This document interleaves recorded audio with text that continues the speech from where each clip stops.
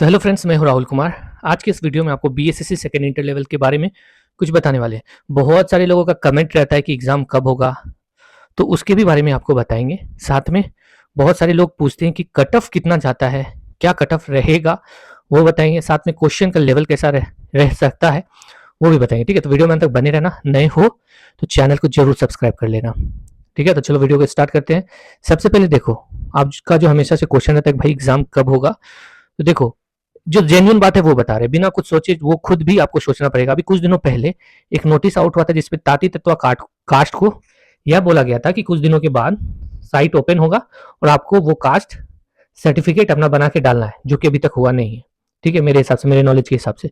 तो वो साइट भी अभी ओपन होने वाला है और वो सबको अपलोड करना पड़ेगा जो भी इस कास्ट से बिलोंग करती है, क्योंकि ये कास्ट पहले एससी था, अब इसको बीसी में डाला गया है।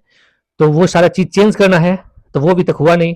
तो नोटिफिकेशन के अकॉर्डिंग वो होना है, जो नोटिस आउट हुआ था उसके अकॉर्डिंग तो होना ही है। तो मतलब 15-20 दिन, किसी भी डेट में अगर आप सोचोगे कि एडमिट कार्ड आएगा, जैसे अगर सोच सकते हो कि कल एडमिट कार्ड आएगा, तो वो सोचो कि 15-20 दिन के बाद आएगा।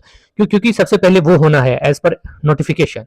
और नोटिफिकेशन होने के बाद कुछ दिन टाइम इसलिए लिया जा रहा है, क्यों लिया जा रहा है, क्योंकि लोगों को बनाने का भी टाइम, जैसे आप आज हमको नोटिस दिए, आज ही तो कोई बना के रखेगा नहीं, उसमें टाइम लगेगा, 15-20 दिन, महीना भर टाइम लगता है। तो इसलिए मेरे को लगता है कि वो साइट अभी ओपन नहीं किया जा रहा है। कुछ दिनों, 5-10 दिन के बाद वो भी साइट ओपन कर देगा, फिर 15-20 दिन उसके लिए टाइम दिया जाएगा। मतलब फेब्रवरी सरकार ऐसे ही खींचना चाहती है, फैब तक।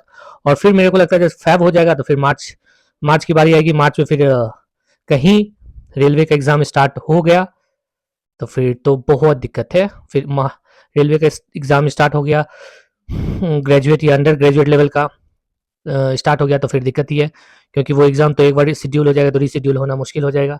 फिर और ये लेट होगा, और उसके बाद अभी 2-2 एग्जाम है, ग्रेजुएट लेवल है, इंटर लेवल है, तो बहुत सारा चीज़ है। तो मेरे हिसाब से अभी थोड़ा टाइम लग सकता है बीएसएससी सेकेंड इंटर लेवल की एग्जाम को कंप्लीट होने में।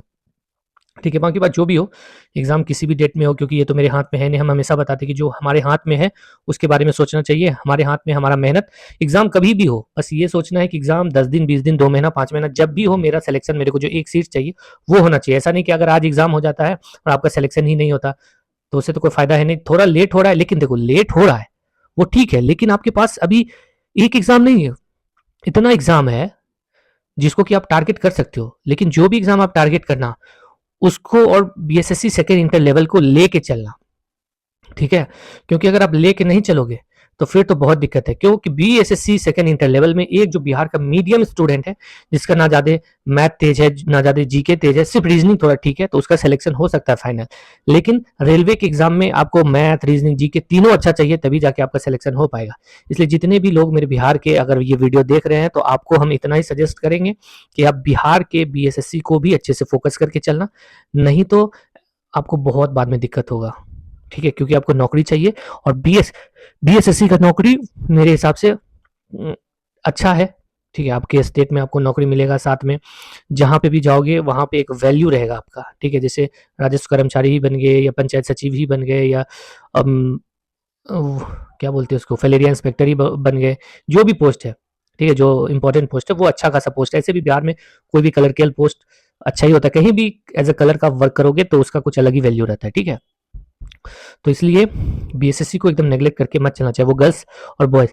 सबसे ज्यादा तो हम गर्ल्स कैंडिडेट को बोलेंगे कि आप रेलवे से ज्यादा बीएसएससी पे ही फोकस करो, क्योंकि बीएसएससी के एग्जाम में आपको थोड़ा रिलैक्सेशन भी मिलेगा, लेकिन रेलवे के एग्जाम में कोई रिलैक्सेशन नहीं है। हाँ, वैसे अगर आप रेलवे की तैयारी कर रहे हो तो उससे बीएसएससी आपका अच्छा खासा एग्जाम निकल सकता है। बीएसएससी और रेलवे को रिलेट करके चलना। रिलेट का मतलब बीएसएससी और रेलवे के एग्जाम में कॉमन पॉइंट क्या है, कौन कौन सा सब्जेक्ट कॉमन है, उसके अकॉर्डिंग चलना, तो आपका सिलेक्शन होने का चांसेस बीएसएससी में अच्छा हो जाएगा। या फिर आपका साथ में रेलवे का भी तैयारी होते रहेगा। ठीक है, अब बताते हैं कि देखो, क्योंकि सिलेबस लगभग जो पूछेगा, क्योंकि अभी ऑनलाइन एग्जाम इतना बड़े लेवल पे टीसीएस ही कंडक्ट करा सकती है, तो जो टीसीएस का क्वेश्चन है, प्रीवियस ईयर क्वेश्चन रेलवे का, वो अगर आप देखते जाओगे तो लगभग बीएसएससी में पूछ देगा उसी टाइप का क्वेश्चन। क्योंकि अभी देखो बहुत सारा एग्जाम हुआ है, एएलपी का हुआ है, या फिर अब एएलपी लोको पायलट का हुआ है, आरपीएफ एसआई का हुआ है, टेक्नीशियन का हुआ है, जेई का हुआ है। तो वो सारा एग्जाम से कुछ ना कुछ क्वेश्चन इधर पूछने वाला है। अंतर अंतर से बीएसएससी और इसमें है क्या चीज में, बिहार समान ज्ञान, ठीक है। तो ये सारा जो बुक जो भी आपको यूजफुल होगा बीएसएससी के लिए वो सारा हम वीडियो में टैग कर देंगे। अगर आप बुक नहीं लिए हो तो जरूर ले लेना। साथ में ऑनलाइन मॉक टेस्ट भी आपको टेक्स्ट बुक का ले लेना चाहिए, ताकि आप देखो टेक्स्ट बुक का ऑनलाइन मॉक टेस्ट सिर्फ एक एग्जाम के लिए नहीं है, वो 1 साल तक आपको किसी भी एग्जाम की तैयारी के लिए रहेगा, ठीक है। तो ले लोगे तो आपको फायदा होगा। और देखो एग्जामिनेशन की तैयारी करने में 5-10 हज़ार रुपया खर्च होता ही है फालतू का। यही 5-10 हज़ार रुपया आप खर्च करोगे तो आपको सिलेक्शन के नज़दीक लेके जाएगा। आप सोचो कि अगर आप तैयारी करोगे, आपके पास बुक ही नहीं है पढ़ने के लिए, तो कैसे हो पाएगा, ठीक है। तो एक अच्छा बुक का चयन करके लगातार पढ़ते रहना, लगातार करते रहना, लगातार करते रहना। जब एक बुक लगातार 2-4 बार हो गया, फिर कुछ अलग बुक को भी लेके चलेंगे, ठीक है। क्योंकि एक ही बुक सब कुछ सफिशियंट नहीं है, आपको अच्छा खासा करना पड़ेगा, तब जाके आपका अच्छा खासा हो सकता है, ठीक है, सिलेक्शन। तो इस तरह से आप रेलवे और बीएसएससी को रिलेट कर सकते हो। वैसे भी देखो रेलवे में भी वही चीज़ पूछेगा, मैथ रीजनिंग जीके इसमें भी पूछेगा, बस अंतर कितना। और हाँ, बीएसएससी में जो ऑफलाइन मोड हम लोग एग्जाम दिए थे, उसमें जो साइंस वाइंस आया था सब रेलवे के एग्जाम का था, ठीक है। सब हम लोग रेलवे का स्पीडी आता है उसको पढ़ के गए थे, तो उसके अकॉर्डिंग ही सब साइंस था। और जीके भी नॉर्मल सब रेलवे के अकॉर्डिंग ही था।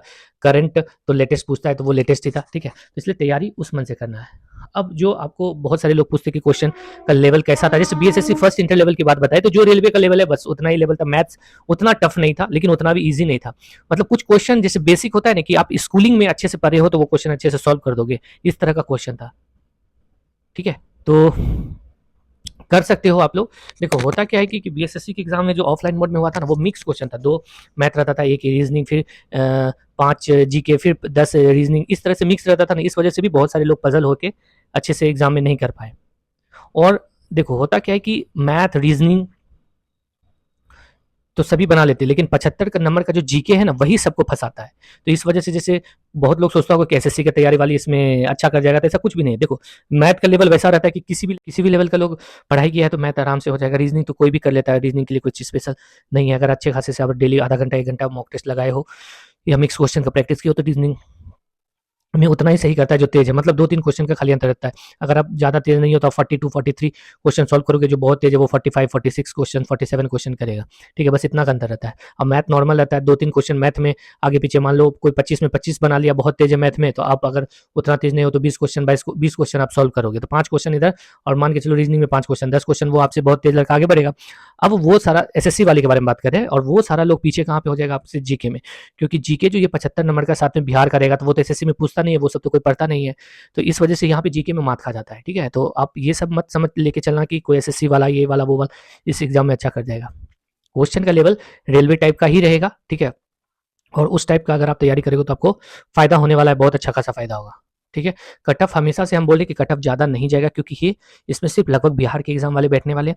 और बहुत सारे लोग अभी तो देखो एग्जामिनेशन जैसे ही देने जाओगे ना, तो बहुत कम अटेंडेंस रहेगा, क्योंकि अभी टीचर में उतना लोग जो हो गया वो तो बीएसएससी में कभी आएगा नहीं, क्योंकि बीएसएससी से ज़्यादा सैलरी है उसका।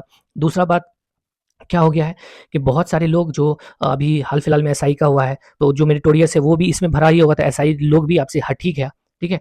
और इसको और फाइनल होते होते बीएसएससी इंटर लेवल में एकदम कम कंपटीशन हो जाएगा फाइनल में। क्यों? क्योंकि अभी बीएसएससी सीजीएल आने वाला है, तो बीएसएससी सीजीएल में आने वाला है, उसमें अगर लोग हो जाएगा, फिर दरोगा आने वाला है, उसमें हो जाएगा, तो क्यों फाइनल? क्योंकि बीएसएससी इंटर लेवल का फाइनल होने में अभी टाइम लगेगा, इसमें बहुत सारा प्रोसेस है, ठीक है। तो ये सब ध्यान करके चलना। इसलिए पीटी में बीएसएससी के लिए जोर लगा के सिलेक्शन लेने की कोशिश करना, चाहे वो गर्ल्स कैंडिडेट हो या बॉयज।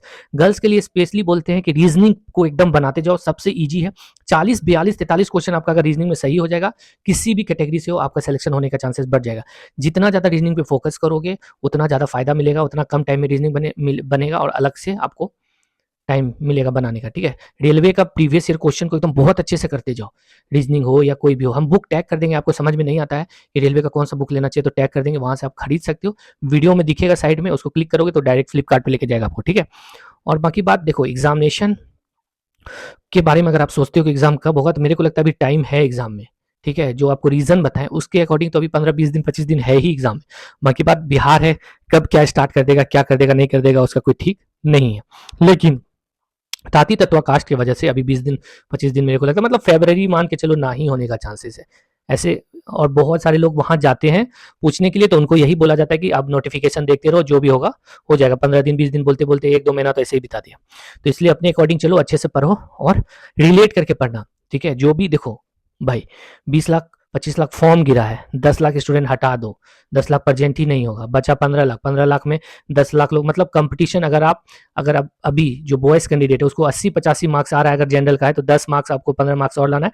जो गर्ल्स कैंडिडेट है उसको बता देते हैं कि गर्ल्स कैंडिडेट को 80 से 85 मार्क्स चाहिए सिलेक्शन पीटी पास करने के लिए। एससी कैटेगरी का 70, गर्ल्स के लिए 70 मार्क्स और जनरल के लिए 85 से 90 के बीच में, उससे ज़्यादा नहीं जाएगा कट ऑफ। ठीक है, एकदम तैयार हो। अगर बहुत ज़्यादा लेवल पे चोरी हो जाएगा तो उसका कहने का बात नहीं है, लेकिन फिर भी जो जेन्युइन हमेशा रहा है उसके अकॉर्डिंग आपको बता रहे हैं।